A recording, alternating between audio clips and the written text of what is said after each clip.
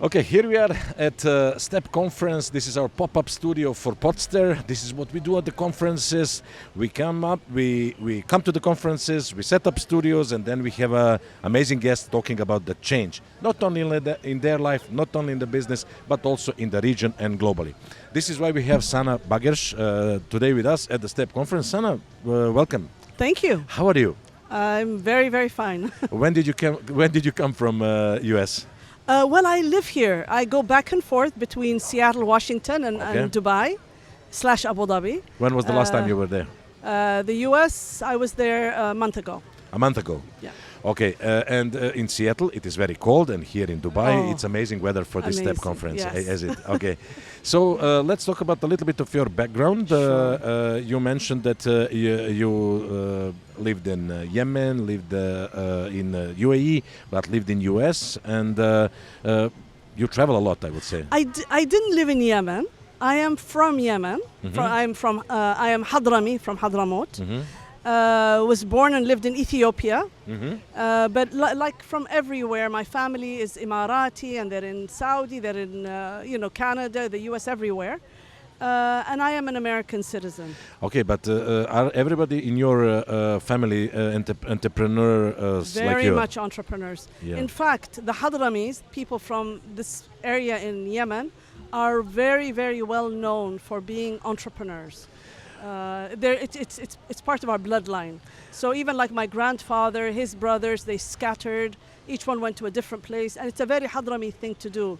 Being an entrepreneur. To be an entrepreneur and to travel to other places. Okay, and this is what your daughter is also continuing at Stanford University, is it?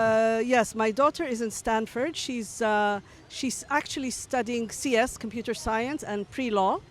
But my other sons are consultants. Maybe at one point they might become entrepreneurs like myself. But the rest of my family, my brothers were in the coffee business in Ethiopia, and all of my brothers are entrepreneurs. In this podcast, we usually talk about change. If we start talking about all the changes that you took in your life, it will take hours. Too much. Yeah, but I hope that we'll have an opportunity to have a full-blown podcast. But Sure. Let's focus on the few things that you do. Let's focus on your platform, on your organization, and let's focus on the books that you are publishing. And just recently you published a leadership book. So let's focus on those things maybe. Sure. Let's talk about the book first, why not? One of the things that I noticed that just seemed to be a common thread to everything. So I work in government, innovation, digital transformation, all of that good stuff.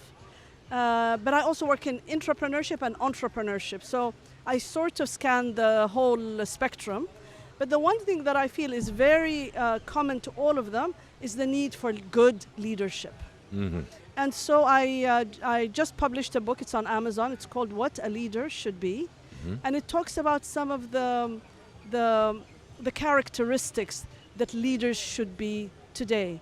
And I talk also at public policy level, at governmental level, because sometimes it's those decisions that are at the top that drive change all the way down to where the startups and the SMEs are. So with your books, you're inspiring leaders, you're inspiring entrepreneurs, as you said. But with your platform, who are you helping with? Tamakkan. Okay, so when I ventured on my own after Thuraya, I realized that entrepreneurs, startups needed an ecosystem because I was constantly mentoring. And then I thought I needed to institutionalize it and expand it so it became more of an ecosystem. I set up Tamakkan in 2009 in Abu Dhabi. And when I did that, we started in a gymnasium in one of the universities. And very quickly, we were embraced by the community. We were invited to universities. Hotels gave me free space.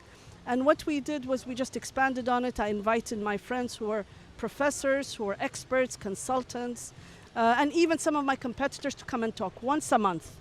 Okay, and what is it about? Empowering? So Tamakkan focuses on 3 pillars: entrepreneurship, innovation, and leadership. These were the 3 building blocks. And so what I tried to do was once a month, there would be a place where people would come and they would meet other people, they would meet peers, they would meet experts, and they would have a chance to share ideas collaborate, and also take things forward, learn. And so very soon the US Embassy would send me speakers, INSEAD, the Sorbonne University, NYU. So it became a hub for knowledge. Anyone who could impart quality knowledge, I'd be called about them and I would set up a session. And it just became a small ecosystem that did good things. And then after that, what I did was I realized that it needed a place. And so I took a big space in 2454 and I created a space for incubation and acceleration.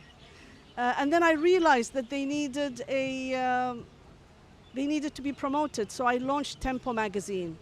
And through it, this online magazine, which is still there, is about how to celebrate people, everyday people doing extraordinary things. The champions, the community champions. Who are the members? Those people. Who are the members? It's an open platform. I have a database of close to 100,000 people, and these are people who come in for different talks, different things, and so it depends on the topic. At one time, when I was situated in the municipality as the innovation advisor, I would collaborate with the municipality. We would do things on blockchain and AI and digital transformation. But then I would also do something that was a little bit more business related, startup related, focusing on different verticals. So it just became whatever it needed to be for different audiences. Who can apply and become a member? Is it local? Is it regional? Is it global? So I always connected it. It was always once a month in Abu Dhabi. I moved to Dubai recently, so now it's in Abu Dhabi/Dubai. And also, so in Seattle, what we do is retreats. We do 1 week retreats, 10-day retreats, Seattle and in Silicon Valley. So they can just connect to tamakkan.com or tamakkan.org. And just join the list. Okay, join the list and attend the meetings, attend the online communication. Exactly. They would see what's available. Most of the talks are free of charge, and then we have workshops that are a little bit more bespoke. So it just depends. It's just part of this energy to create something that delivers value to the startup and business community. So this is how you manage to channel your creativity and innovation spirit that you have, is it? Yes, these are my passion projects. Sometimes what pays the bills is something actually different. And that is my consultancy work to governments, to institutions. I create platforms, stakeholder platforms. I do branding. I organize thought leadership events. So I try to balance both and feed both sides of my, my capabilities. Okay, and what is the other things that you do? So you do advisory, you do entrepreneurship. You have this organization. How do you manage all of this? There are a lot of changes in your life all the time. A lot of changes, and I am just, I am fascinated by change, and I feel we all have the opportunity to build a better world.